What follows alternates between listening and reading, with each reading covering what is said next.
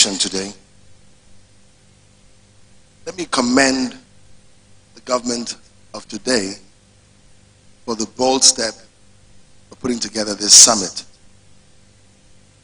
This summit represents a rebirth in our dear River State, where we revise the plans and the developments of the state to date, make corrections where necessary, and build upon foundations that have hitherto been laid. Again, Mr. Governor, I want to commend you for continuity, for sustainability, and for a deliberate policy of moving River State forward. Congratulations.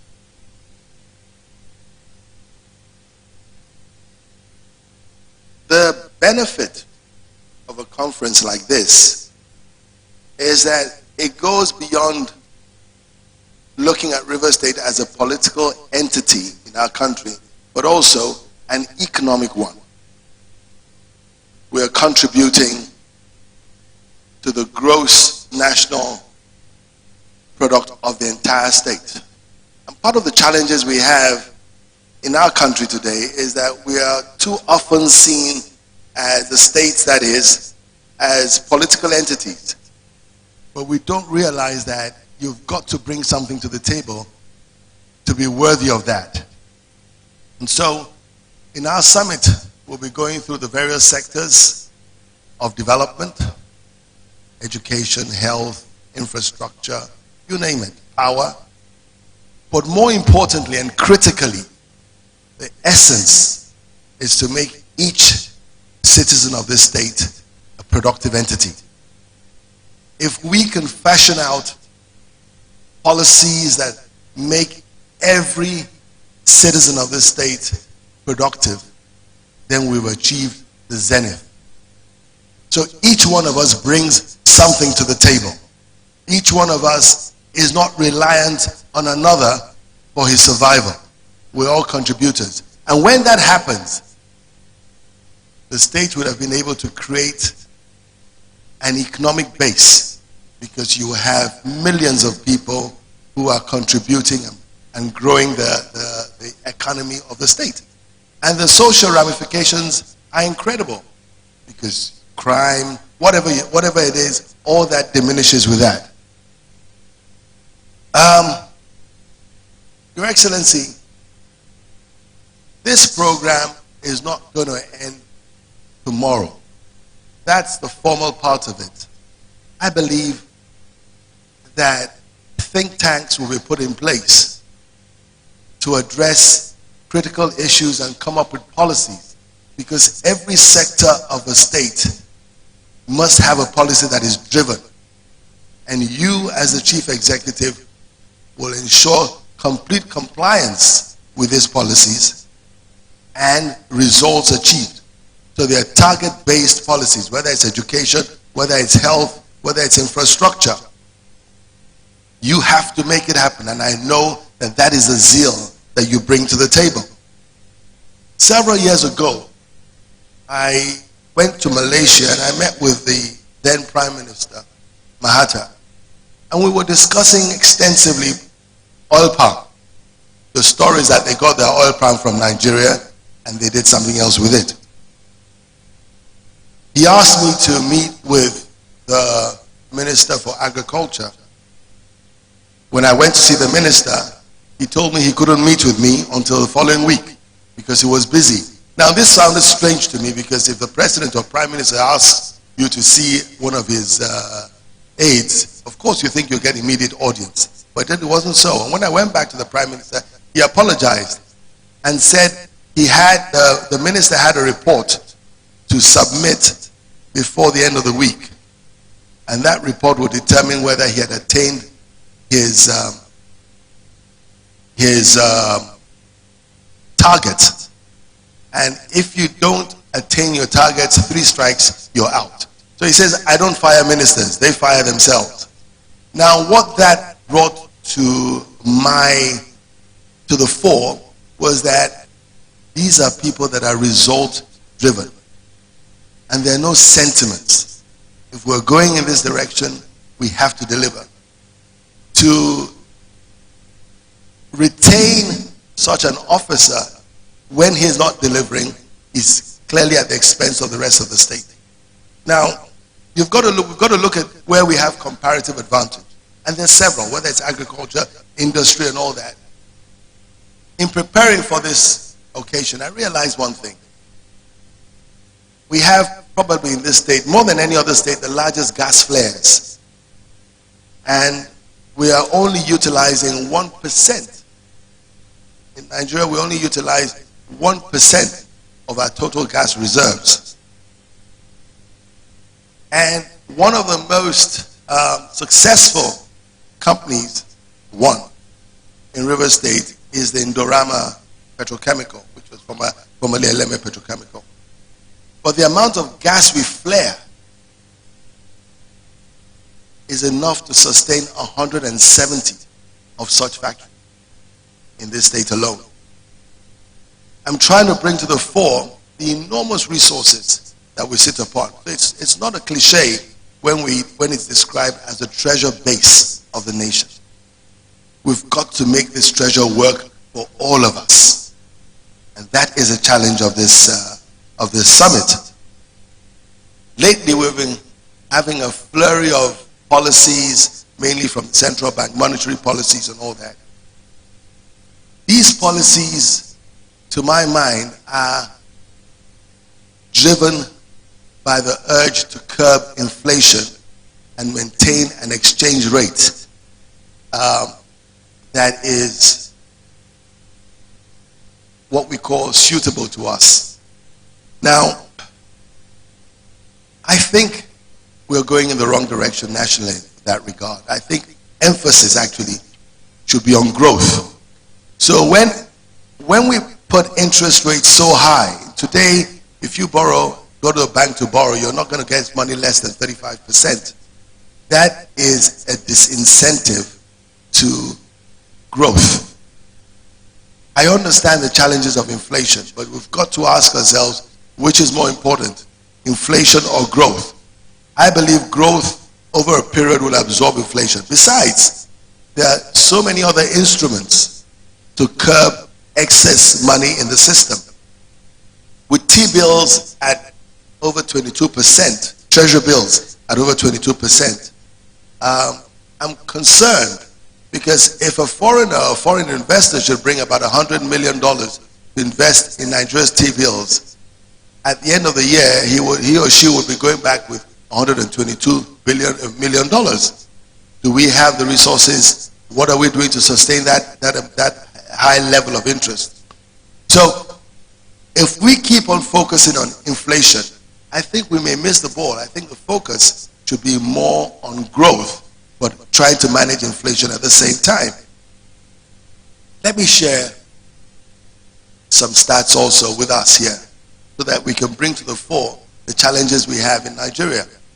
In 1980, our population was about 72 million.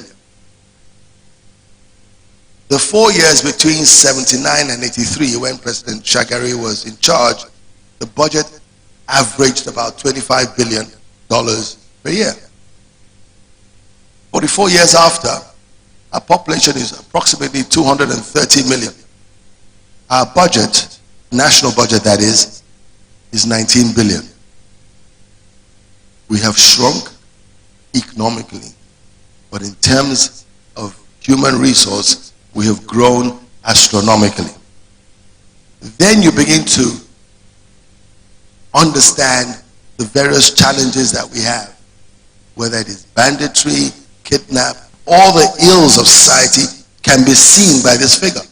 That if 44 years ago, the federal government had in her budget $25 billion to spend on a population of 72 million people, and today less than that amount, 19 billion, then we have a big challenge on our hands. And therefore we need to focus very, very firmly on growth. My experience in Cross River is quite an interesting one.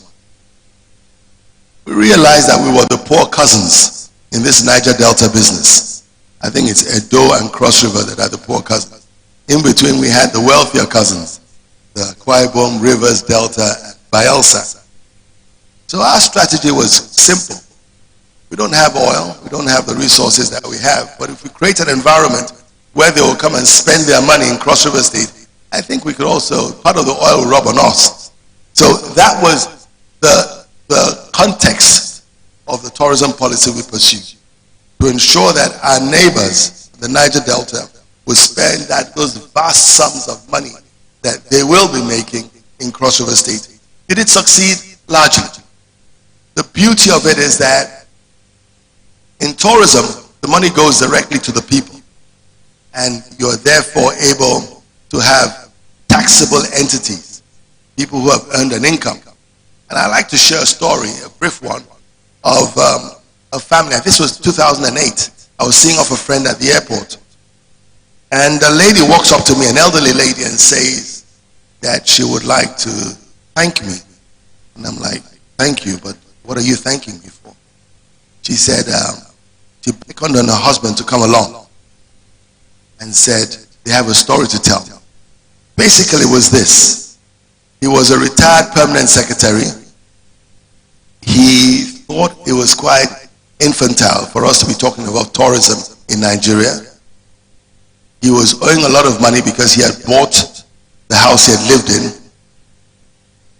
3 of his sons were abroad. 1 had gotten married to a girl from the Czech Republic.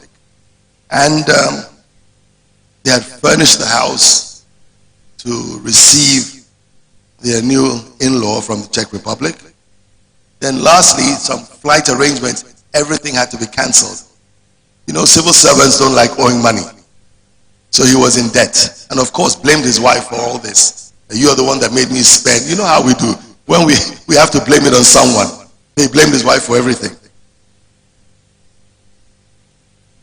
She absorbed that, then said one evening she was watching television and she saw an advert on television advertising that if you had spare rooms in your home over the holiday period in Calabar, the Tourism Bureau would like to take it over and put in guests. Of course, they'll come and inspect and they'll guarantee the quality of the guests that come in.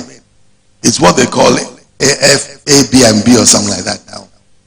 We didn't have a name for it, but we didn't have enough hotel rooms to accommodate all these people who are finding their way to Calabar. Believe me, one of our biggest catch market was Port Harcourt, because all the oil service people at Christmas, they had nowhere to go.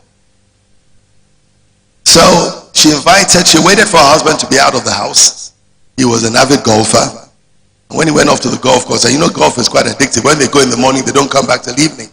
Then she smuggled the people in the bureau to come in and inspect the house. Now, don't forget the house had been prepared for international, in quote, visitors. So everything was spick and span.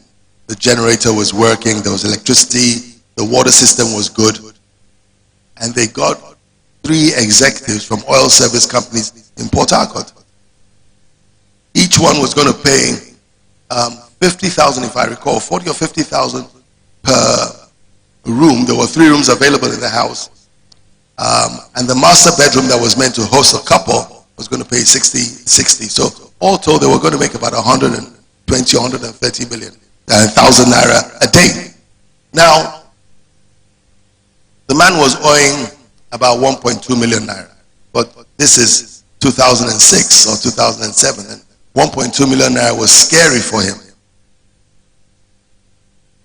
When she told her husband what she had done, he blew up. He was upset. Oh, you now want to advertise my poverty. Tell the whole world that we don't have money. You and this infantile governor, you want to bring absolute strangers into our home. He didn't speak to her for a day.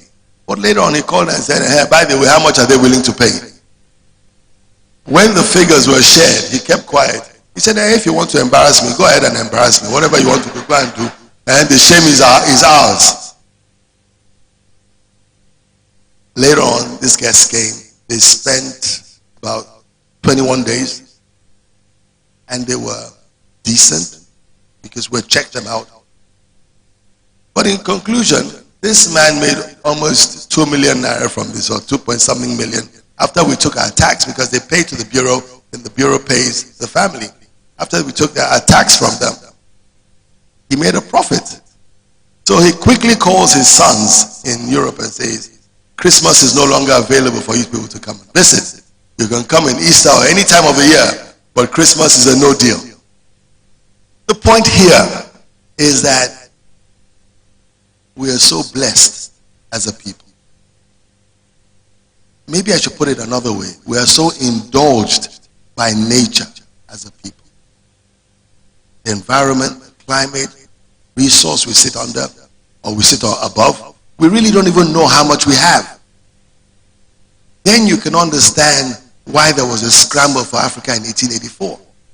This is a very wealthy continent, and this state is her treasure base. So this conference is so apt at a time where the nation is seemingly losing her economic grip. If you get it right, Your Excellency, you'll be encouraging others to do the same. Too often, we fantasize and speak about the numbers of people that we have. Oh, we are the largest state in terms of population. We never talk about the quality of people. How well trained are they? Are they productive people or just numbers? The world has gone beyond the stage where you celebrate numbers. You celebrate quality. So the nations that we talk about are not the largest nations in terms of population. That was in the 60s and the 50s, is what they bring to the table.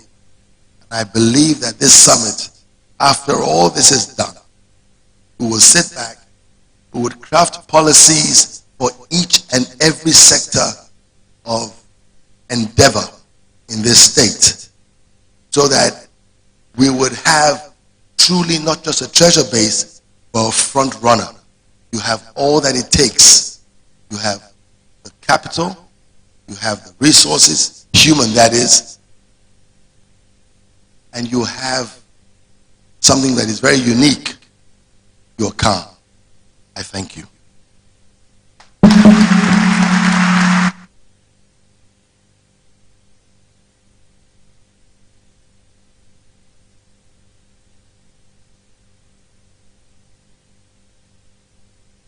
What a man. Let's put our hands together one more time for this amazing man.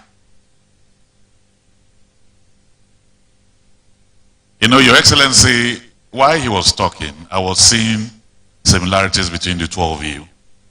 One of the greatest things he did as a governor in Cross River State is to make sure that the people were happy, kicking off with the Calabar Carnival, but he also made workers happy.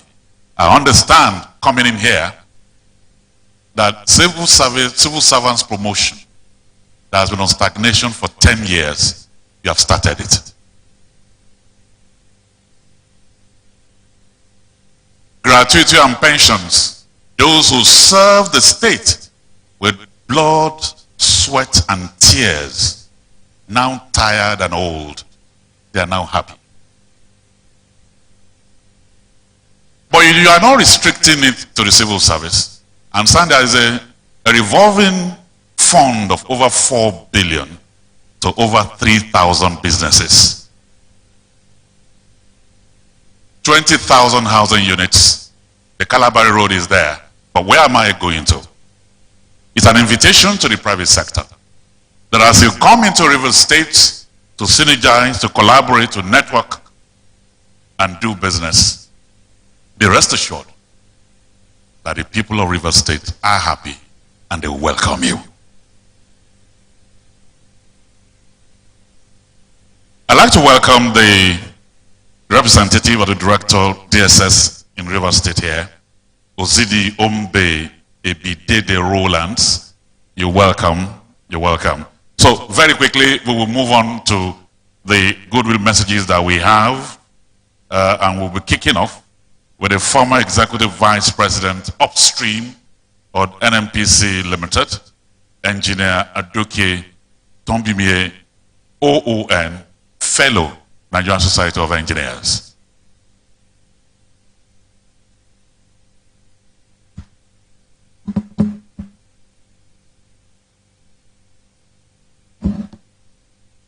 Your Excellencies, distinguished guests, esteemed members of the clergy, and my respected traditional rulers, Your Excellency, I respectfully request that you permit me to adhere to the already established protocols.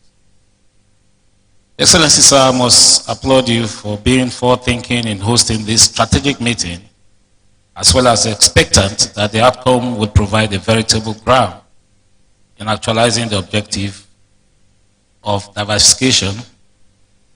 Without doubt, the imperative to foster economic resilience in order to pave way for a new era for a sufficient, self-sufficient river state for the benefit of our esteemed people cannot be overemphasized. I am persuaded that the government recognizes the fact that it is its responsibility, like those before, to create a society that benefits all. Perhaps the governor and his economic team read Andrew Ernst, who stated, "Intentional days create life on purpose." This sentiment resonates deeply as we consider the path forward for Rivers State. Your Excellency, sir, throughout our history, the people of Rivers State have experienced 4 significant cycles of deliberate development plans, each playing a pivotal role in shaping our collective trajectory. 1, the strategic plan implemented by the British colony. 2, the regional plan established by the Eastern Nigeria. The third one is the inception of the old River State, and of course the subsequent revitalization of Greater Port Harcourt plan. And this is a welcome development that you are doing the 5th one. As we navigate the complexities of economic diversification and resilience, it is essential that we draw upon the lessons of the past while embracing innovation of forward-thinking strategies to prepare River State towards a prosperous and sustainable future. Permit me to say that the current landscape in River State boasts of a youthful population exceeding about 2 million individuals, with a prevailing mindset favoring employment over entrepreneurship. The existing economic climate cannot sustain a heightened tax burden on residents and businesses. The shift of international oil companies away from the swamp operation has led to the stagnation and industrial zones like the Transamadi and Wittenbush. The rapid pace of development by the populace surpasses the regulatory capacity of the River State government. And finally, a lack of comprehensive publicly available integrated development plan hampers coordinated growth strategies for the state. Proposed strategies for economic development in River State. Permit me to quote the words of Benjamin Franklin, who said, "If you fail to plan, you are planning to fail." Therefore, to move beyond the rhetoric and catalyze tangible progress in River State, permit me to propose some actionable strategies that might help this summit. 1, a comprehensive roadmap development. 2, streamline the land ownership processes. 3, infrastructural enhancement and trade facilities. 4, the agricultural revitalization and value chain optimization. And of course, we should enhance our security measures. Finally, environmental audit and conservation partnership. I should add that these and more will help us in growing the economic state of the state. I'm very convinced that these are not exhaustive, as we have an array of eminent speakers that will do justice to these different topics. Once again, I deeply appreciate the opportunity to be here and be part of a historical march to create an assured future for our people through productive outcome. Your Excellency, sir, thank you for this opportunity. Thank you, ladies and gentlemen.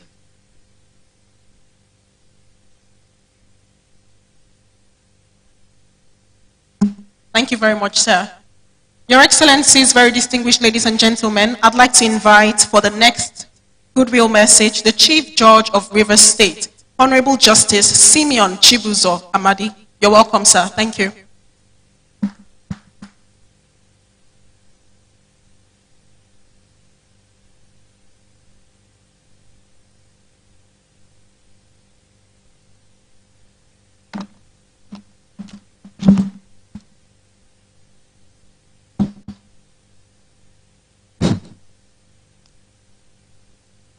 Your Excellency, Sir Similaye Fubara, GSSRS, Governor of Rivers State, Your Excellency, Professor Ngozi Odo, GSSRS, Deputy Governor of Rivers State, His Excellency Chief Donald Duke, former Governor of Rivers State and Chairman of this summit.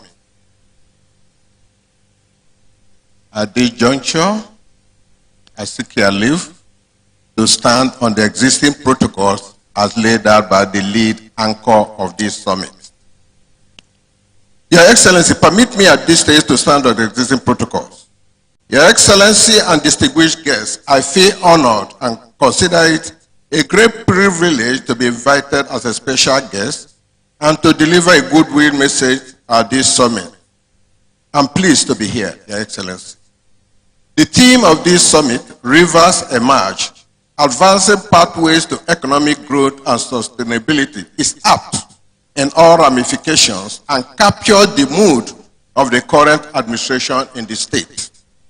It is not a moot point that there is a correlation between economic investment/growth and the effective judicial system. An efficient judicial system provides the framework for stability and economic development. We all know that one of the major functions of the judiciary is to interpret and apply laws to specific cases. In deciding disputes, the judge interprets and applies laws because every statute needs a proper interpretation for getting applied to every specific case. Judiciary as a catalyst for economic growth. The judiciary plays an important role in economic development through fast resolution of commercial disputes. Disputes cannot be totally avoided in commercial transactions. However, such commercial disputes should be speedily resolved if litigated upon.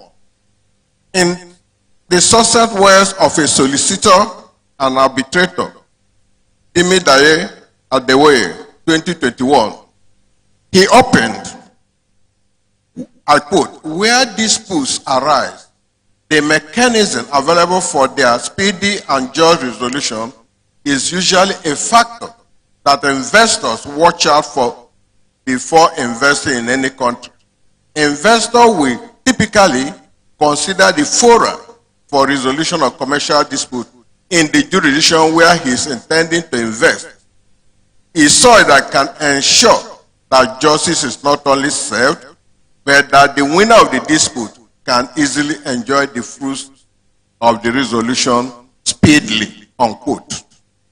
In his words, the Attorney General of the Federation and Minister of Justice, Lateef Fagbemi, SAN, observed that, I quote, justice sector is a key catalyst or stimulator for economic growth, investment drive, and revenue generation, among others, unquote. Your Excellency and distinguished guests, the foregoing raised the critical question, how much can the local and international investors rely on the Rivers State Judiciary in the strive for a just business society that can project prosperity for the state and other key holders? Efforts of the Rivers State Judiciary in ensuring quick dispensation of justice. Your Excellency and distinguished guests, it is gratifying to know that there are adequate provisions in the Rivers State High Court Civil Procedure Rules 2023, midwife under my watch, to ensure speedy and just dispensation of cases, including commercial disputes, thereby endangering safety and protection of investments. Innovations such as e-filing of cases are operational in River State Judicial. In the area of alternative dispute resolution, ADR, River State Judiciary's multi-door courthouse is functioning. The multi-door courthouse was inaugurated 14th of October 2021 as a court-connected alternative dispute resolution. The court where commercial dispute can be speedily addressed through available mechanisms best suited for them, and issues are resolved. It is disheartening that companies operating in River State, lawyers and litigants are not making use of the multi-doc. They are interested in litigation, and that's why our courts are congested with cases that should ordinarily go to the multi-door, where you have arbitration, conciliation, and others. We have also, sometime in 2023, inaugurated the Small Claims Court. The Small Claims Court has its jurisdiction limited to 5 million and has the 60 days within which to conclude and deliver its judgment. It is for the small claims, micro, and enterprises. And we have done a lot of publicity for litigants to utilize the court instead of filing cases at the magistrate court. I assure Your Excellency, the Governor of River State, that River State Judicial is fully in support of the state government effort in driving sustainable economic growth and development in the state. I assure you, I assure in protecting investment and advancing economic development of the state via quick resolution of commercial disputes. So let me wish all very faithful deliberations. Thanks for your attention.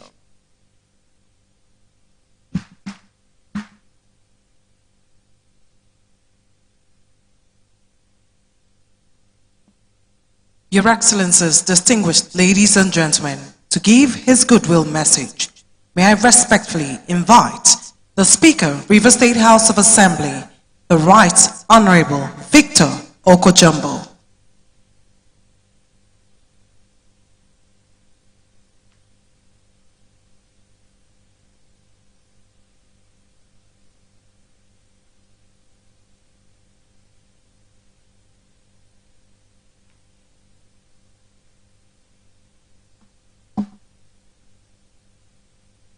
Your Excellency, the Executive Governor of River State, Ama Opus Senebo, Sir Siminia Lai Fubara, Grand Service Star of River State. Your Excellency, the Deputy Governor of River State, Professor Mrs. Ngozi Mma Odu, Distinguished Service Star of River State. His Lordship, Honorable Justice Simeon C. Amadi, Distinguished Service Star of River State. His Excellency, the former Governor of River State, the former Governor of Cross River State, Donald Duke. Honorable members of the National Assembly here present, my very distinguished colleagues of the River State House of Assembly, very revered traditional rulers and royal fathers here present, honorable commissioners of various ministries here present, distinguished invited guests and participants at this summit, gentlemen of the press, ladies and gentlemen. Let me, on behalf of my colleagues of the 10th River State House of Assembly, and in conjunction with the Executive Governor of River State, His Excellency Siminala Ifubara, GSSROS, welcome you to this very auspicious summit, River State Economic and Investment Summit 2024. which indeed is the first of its kind in the span of this administration in our dear state. The theme for this summit explicitly defines and amplifies the very essence of today's event, which is aimed at advancing pathways to economic growth and sustainability in our dear state. Economic growth and sustainability are two key indices of any developing society, and this administration, ably led by His Excellency, the Governor of Rivers State, has shown tremendous sagacity, determination, and intensity towards ensuring that critical pathways are in place for accelerated advancement in economic growth and sustainability for our dear state.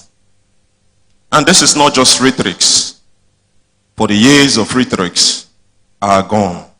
In achieving this vision of advancing our economic growth and sustainability, it is very imperative to note that the legislative arm of government, which I represent in Rivers State, has a pivotal role to play in creating an enabling environment by way of positive and people-oriented legislation, essential for advancing pathways to economic growth and sustainability of our dear Rivers State. Our legislative policy making and oversight functions are central to fostering a climate conducive to economic development and sustainability in Rivers State, in synergy with the executive as well as the judiciary. And so, it is a banquet of responsibilities in good governance for the people of Rivers State, legislative framework and policy formulation. The legislature's primary responsibility is to develop a robust legislative framework that stimulates economic activities by enacting laws and promoting investment, supporting small and medium enterprises, and foster industrialization. The legislature creates a business-friendly environment, legislation, and provides tax incentives can both attract both local and international investors, thereby boosting economic growth. Budgetary oversight and allocation. The Rivers State Legislature's role in budgetary oversight and allocation is critical to economic development. By meticulously scrutinizing and approving the state budget, the legislature ensures that public funds are allocated to vital sectors with strategic investments and infrastructure drives that will not only stimulate the advancement of economic growth, but enhance the connectivity and productivity, but also ensure its sustainability. Sustainability initiatives. Sustainability initiatives is an integral aspect of economic growth, and the Rivers State Legislature will be very instrumental in this area by enacting environmental protection laws and promoting green initiatives. The legislature helps balance economic growth with environmental stewardship. Legislation that addresses pollution control, waste management, and renewable energy adoption is essential for sustainable development. Additionally, supporting sustainable agriculture and fisheries through eco-friendly practices ensures the long-term viability of these crucial sectors. Promoting good governance.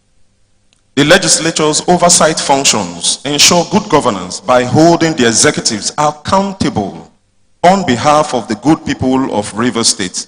This accountability is crucial in preventing corruption, misappropriations of funds, and ensuring the effective implementation of economic policies. Transparent governance practices enhance investors' confidence and ensures equitable distribution in economic benefits, contributing to the overall advancement of economic growth in our dear state. Public participation and inclusive growth. An enabling environment for economic growth is also fostered through effective public participation. The legislature's engagement with constituents and incorporation of their feedbacks into policy making ensures that economic policies reflect the needs and aspirations of the broader population. This inclusivity addresses inequalities and promotes a more equitable distribution of economic gains, leading to inclusive growth. Conclusively, let me conclude by stating that this summit could not have come at a better time than this, as our very dynamic and pragmatic state governor is just completing his 1 year in office, which has been used to lay the foundation and strategic pillars upon which a more prosperous river state of our dreams will be built. Today, we are setting the pathway for critical concomitants for the advancement of critical elements and structures to accelerate the economic growth and pathways for the economic and sustainability of our dear river state. Obviously, given the importance of the state's legislature and its instrumentality in making this vision a reality through positive legislation, it is our avowed commitment as lawmakers to give the necessary support and enablement towards this very auspicious cause to build River State of our dream and setting a sustainable, robust foundation for the future generation. Long live the good people of River State. Long live River State government. Long live the Federal Republic of Nigeria.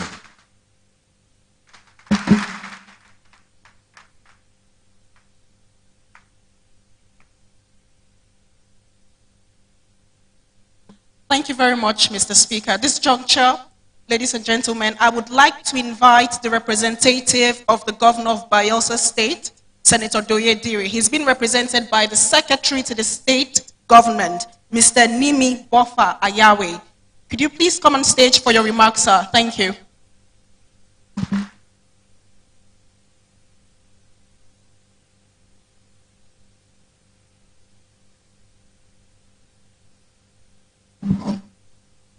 Your Excellencies, additional rulers, invited guests, please allow me to stand on the same protocol. As a state, I have brought good tidings from Bayelsa. My governor would have been here himself, but he's unavoidably absent. He's out of the country. But the most important thing here is we have come to River State, our senior brother, a state that gave birth to Bayelsa.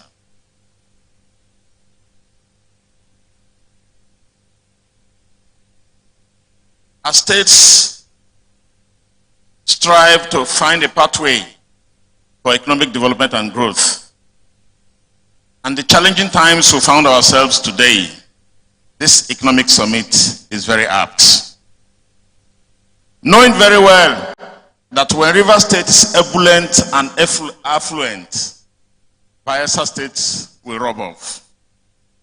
When River State smiles, we're going to also smile a little, because it is the center of attraction in the Niger Delta and in the South-South. So we've come with good tidings, and to thank His Excellency that what you are doing is well appreciated by the government and people of Bayelsa State. And together,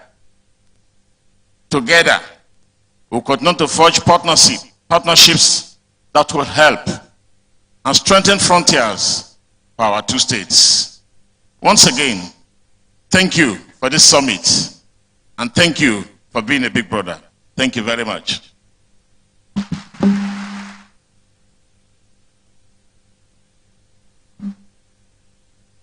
Thank you so much. That was a goodwill message from the Governor of Bayelsa State, being given by his representative, the Secretary to the State Government. Your Excellencies, distinguished ladies and gentlemen, this summit is heralding the 1-year anniversary of this present administration. Almost a year ago, precisely on the 29th of May, 2023, during the inaugural speech of His Excellency Sir Siminalayi Fubara, Grand Service Star of Rivers State. He reassured the people of Rivers State of his will and desire to improve the ease of doing business and sustain a congenial fiscal regime to attract local and foreign direct investments, to stimulate greater economic activities, create wealth, and improve citizens' livelihoods. Here we are, Your Excellencies, distinguished ladies and gentlemen, witnessing the conscious efforts of this administration to harness the immense potentials for profitable investment opportunities and across various industries. Your Excellencies, distinguished ladies and gentlemen, to further drive this home, may I, with all sense of humility, invite to give his summit opening address a man of great panache, one who yearns for an upsurge in the economy of Rivers State, the people's governor, the governor of Rivers State, His Excellency Sir Siminalayi Fubara, Grand Service Star of Rivers State.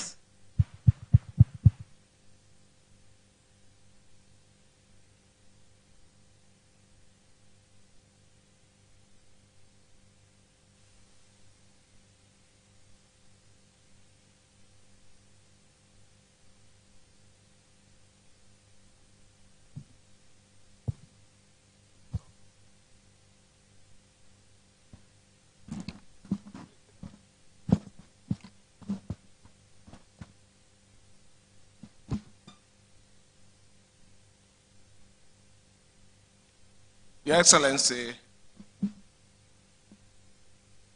our special guest of honor, Chairman of this event,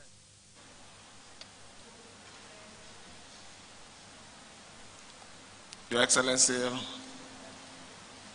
Donald Duke, former Governor of Cross River State,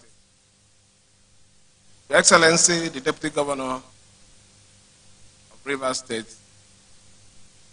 the Speaker, Rivers State House of Assembly, Your Excellency, the Governor of Bayelsa State, ably represented by the Secretary to the State Government,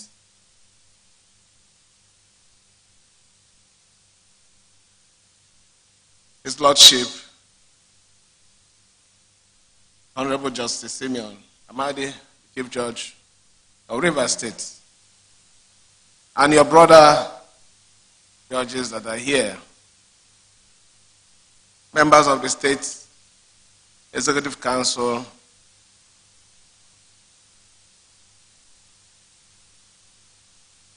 leaders of our state that are here, Senator John Mbata, Senator A.M. Pepple, Dr. Samsam Jaja, and a good number of you, our highly revered traditional rulers that are also here, the Christian Association, ably represented by the Dean of the Anglican Union, Captain of Industries, resource persons, presenters, panelists, and other participants here with us. Gentlemen of the press, ladies and gentlemen, I would like to say that this event, we tagged Rivers Emerge, is not a mistake. It's because we believe that it is important to think about the state first.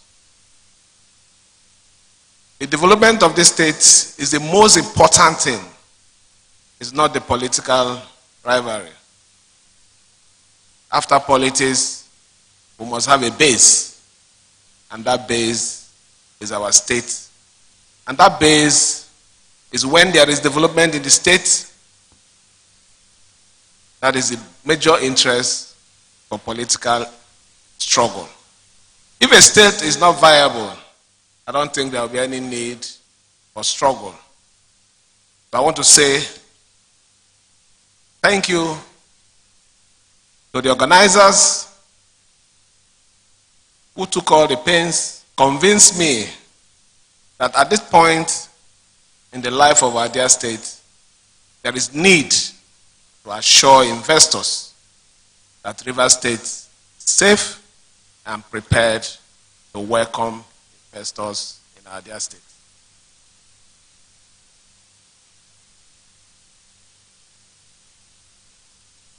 On behalf of the government and people of Rivers State, let me warmly welcome all to the first Rivers State Investment Summit under our government, which is barely a year old. We use the word a year old because true governance in this state started in the month of February 2024.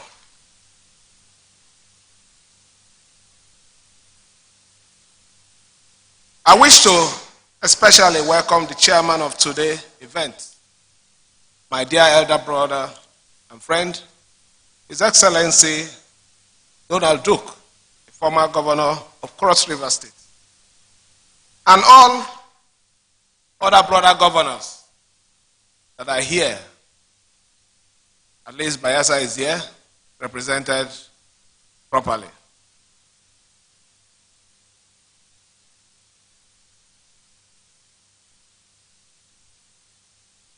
Let me thank you for finding time out of your busy schedule to be with us today in this event. I assure you that we will do all it takes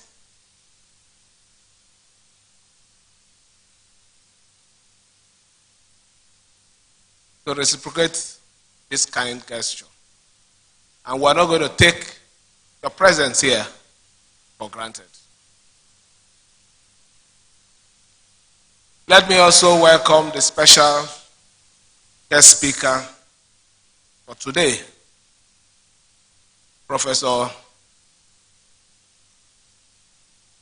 Marcus Bako and Kingsley Mogulu, as well as His Highness Sanusi Lamido Sanusi, OAN, the 14th Emma of Kano, who will be with us to headline tomorrow section summit as the key note speaker. We deeply appreciate your presence and anticipate contributions to the development of our state through this summit. Today's event is aimed to advance the investment opportunities in Rivers State. It provides an opportunity for us to hear from experts, exchange ideas, raise questions, and receive answers to the economic and investment challenges we face as a state. Historically, Rivers State, especially Port Harcourt, was an established commercial center in Nigeria. The Trans-Amadi industrial layout hosted several thriving commercial and industrial concerns that created income, jobs, and prosperity for our state and our people.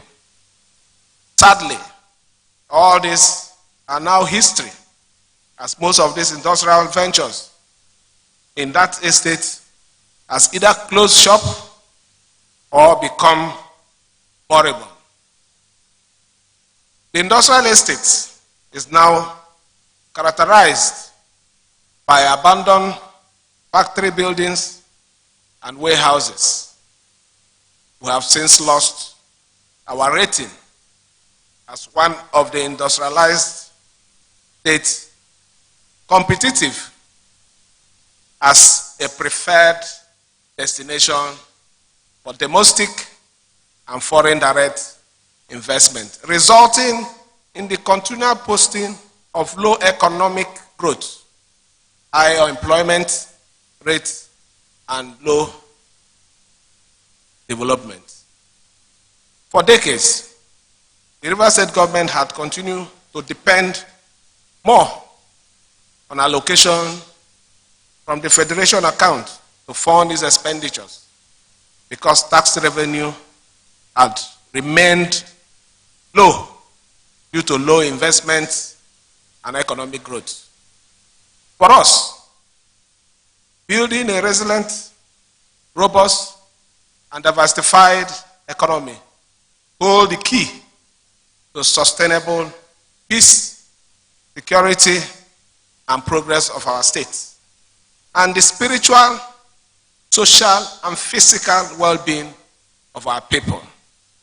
We therefore commit to the reindustrialization of Rivers State in partnership with a formal and organized private sector through necessary policies, legal, and other support measures and systems. This is why we approved the Rivers State Economic and Investment Summit 2024 as the first of several measures to unveil the economic potentials of the state to both local and foreign investors and markets. Against this background, I feel very optimistic that Rivers State will emerge from this summit and position itself as a premier investment destination, offering boundless economic opportunities for domestic and global investors. The reasons for this optimism are clear and realistic.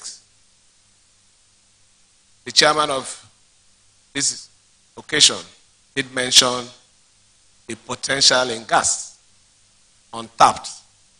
You can imagine what will happen if it's properly deployed.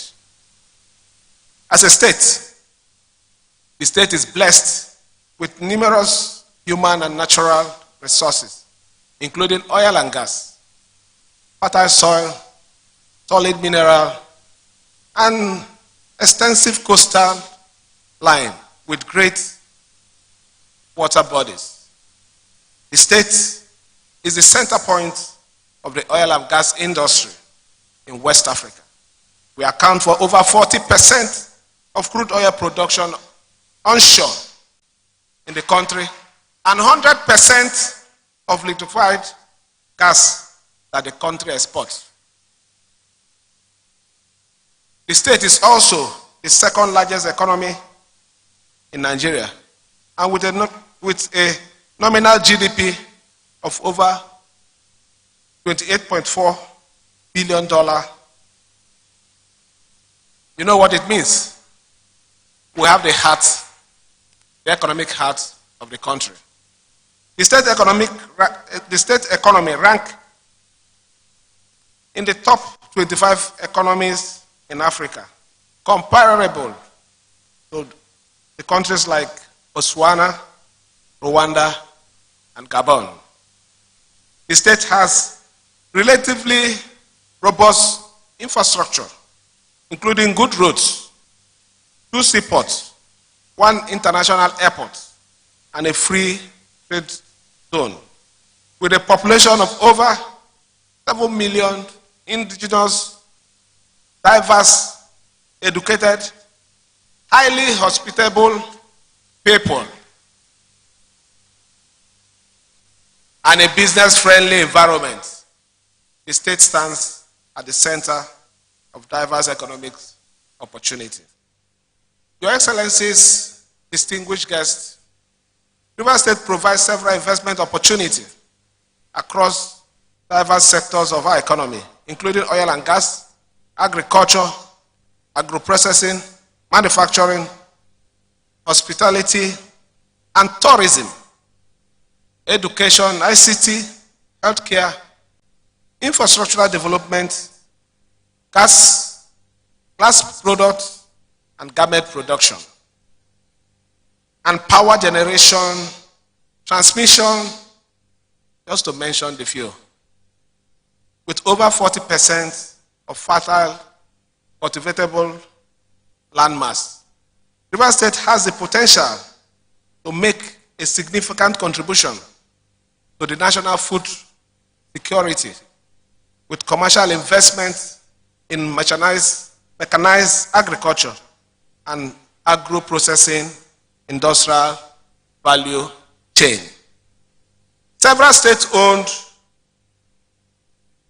but moribund companies, farmlands, business infrastructures, including oil palms, estates, rubber plantation, poultry, and fish farms are available for interested private investors to take over and revitalize.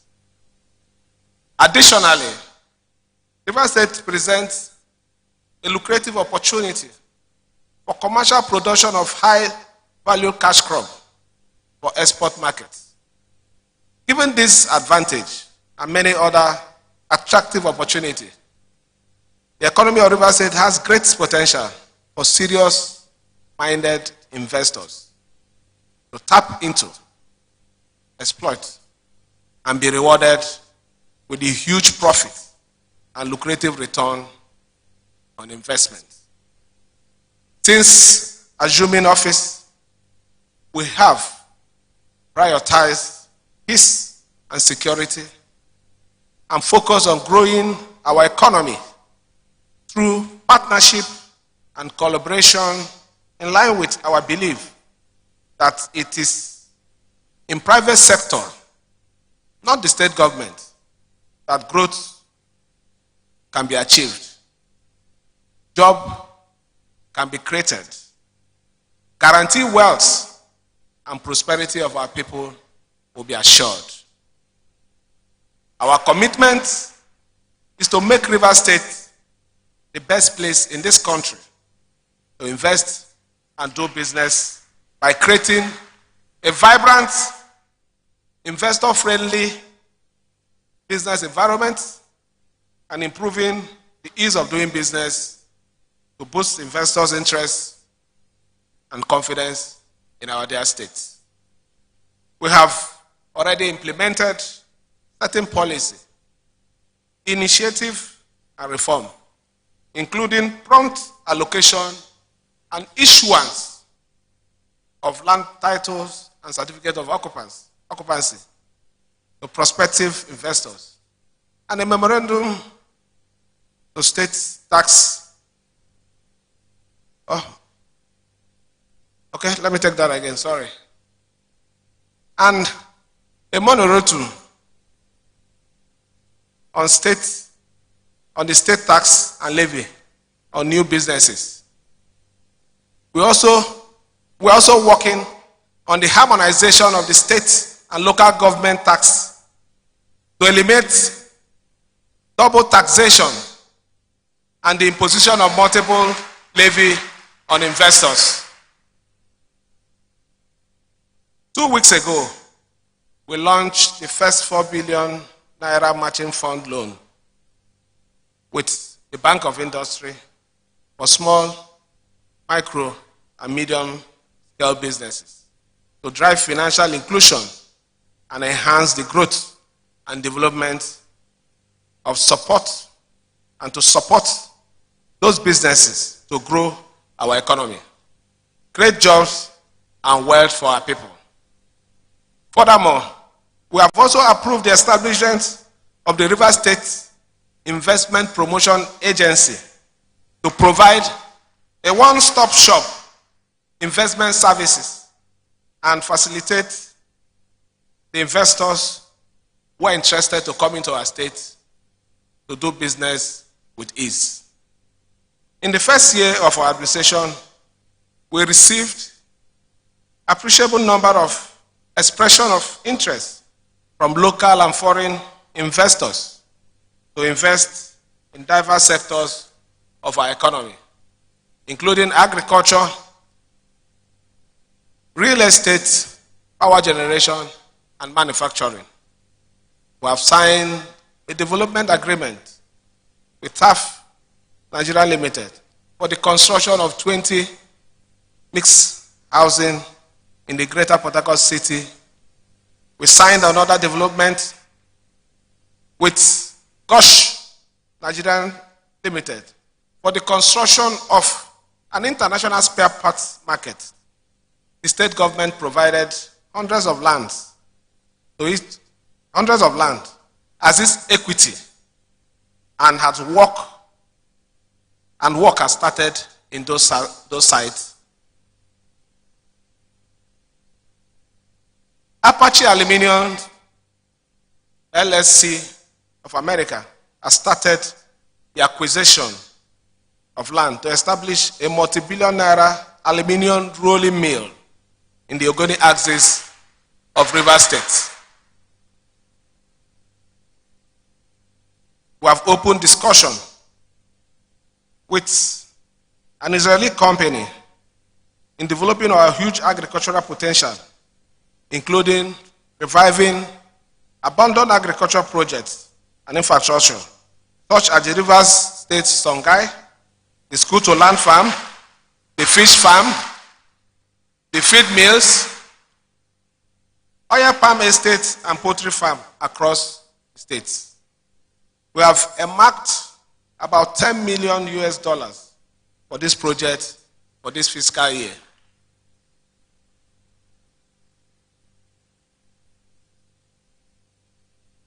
Last week, the State Executive Council approved a proposal by Rainbow Heritage Group to build a new port city in the state on about 1,000 hectares of land in collaboration with the Greater Port Harcourt City Authority.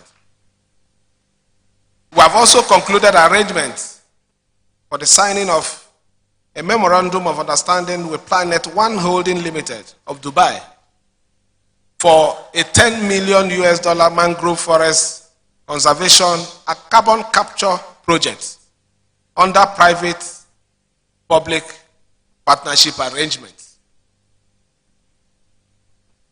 By and large, we are the economic heartbeat of the Niger Delta region, and the Southeast are focused at this time to grow our economy to greater heights so that we can drive more tax revenue to deliver quality social services to our people. Our mantra is Rivers First.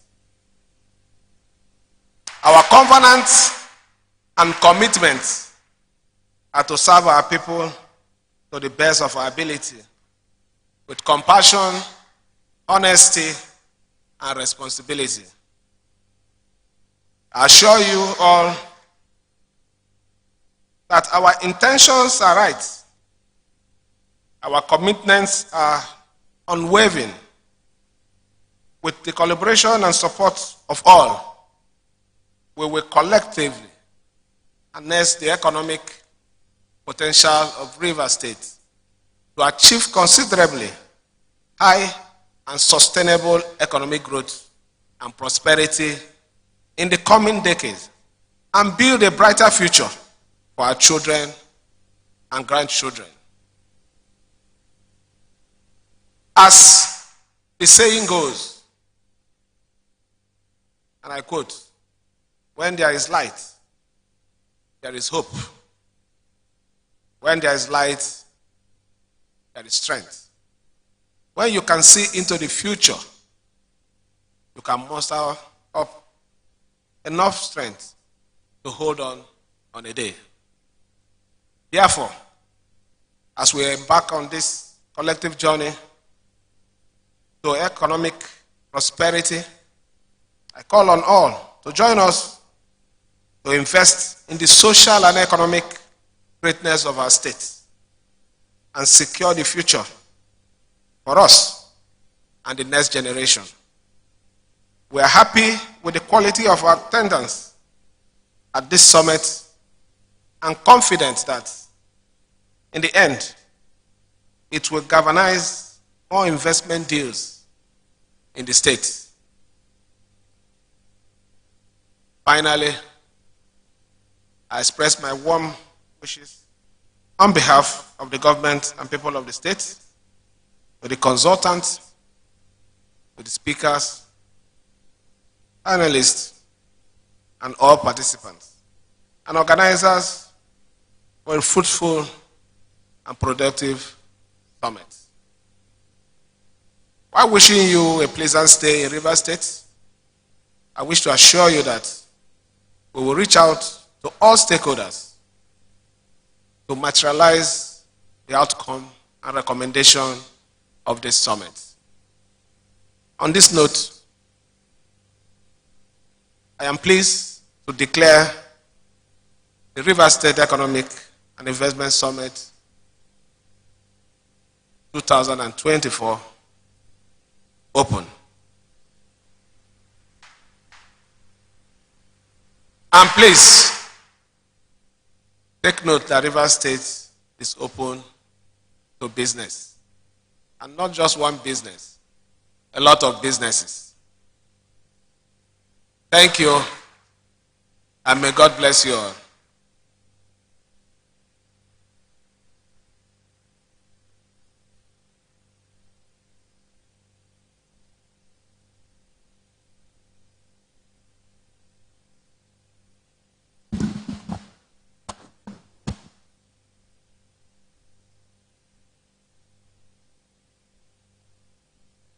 The mic, please.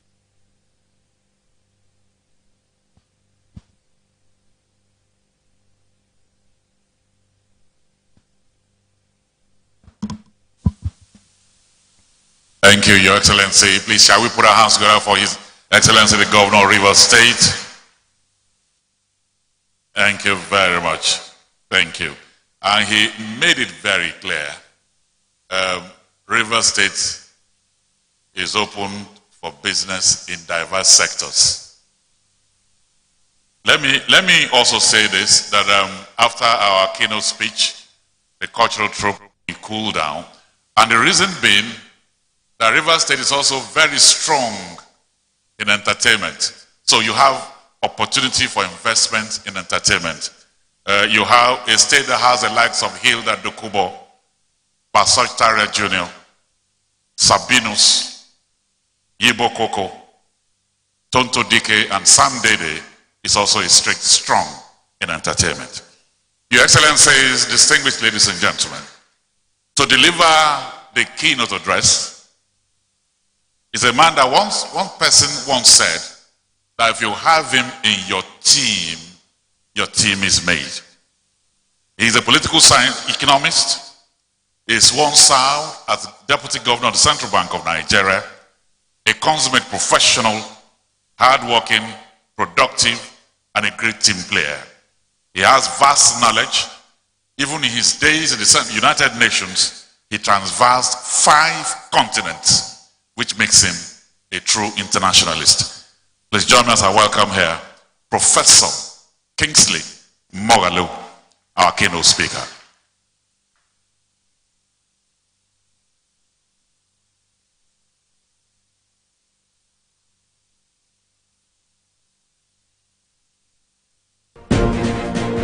Welcome back from the live telecast. We'll now continue with our regular programs. Stay tuned.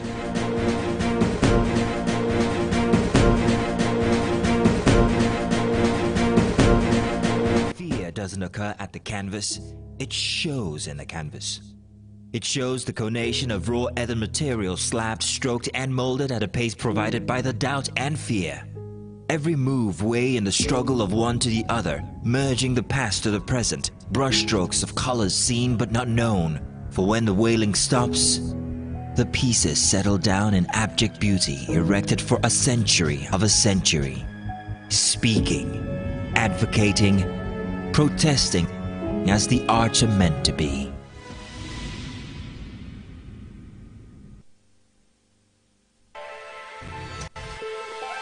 Every weekday on Business Nigeria, we uncover the secrets of the financial world, breaking down intricate economic and financial matters. We analyze the stock market, shares, bonds, and the thrilling world of cryptocurrencies. We unveil and analyze complex policies of the CBN and other government parastatals as they affect your everyday life, keeping you a step ahead every time.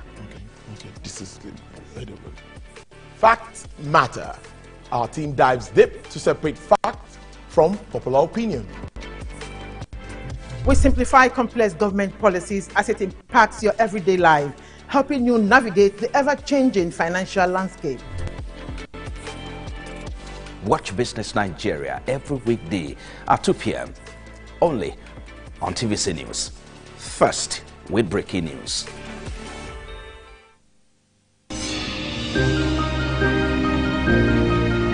Sometimes it's the story that calls. At other times, the people just want to be heard. School, I need students, but I need teacher. Can't continue like this. Their voices re-echoing through time itself. We haven't done anything. If the tide is high, everybody run for safety. Their tears leave a sweet sour taste for all their demands. A familiar call beckoning for change. In our world, no one expects a disaster to happen. But when it does, we'll be there to x-ray all sides, from the east to the west, north and south. Community Forum will examine the oddities and challenges to economic development, as well as issues yearning for government intervention. Watch fresh episodes of Community Forum on Sundays by 9:30 p.m. only on TVC News. Good morning, Marina Station and all the passengers. Efficient, it's comfortable. This development will go a long way in reducing congestion and emission. The trains are a long-term solution to Lagos traffic challenges. This is where we take the final decisions on policies, programs of government. And we'll have to ensure that we're interrupting this program to bring you a live telecast. Our regular programs will continue shortly. Please stay tuned. KBSU. Permit me also to introduce His Royal Highness Pere Zacchaeus Egbunu Okutu III, the Agadagba of Arubu. KBSU, welcome, sir. Equally, permit me, sir, to introduce one of our KBSCs in Niger Delta Development Commission, NDDC. He's one of us.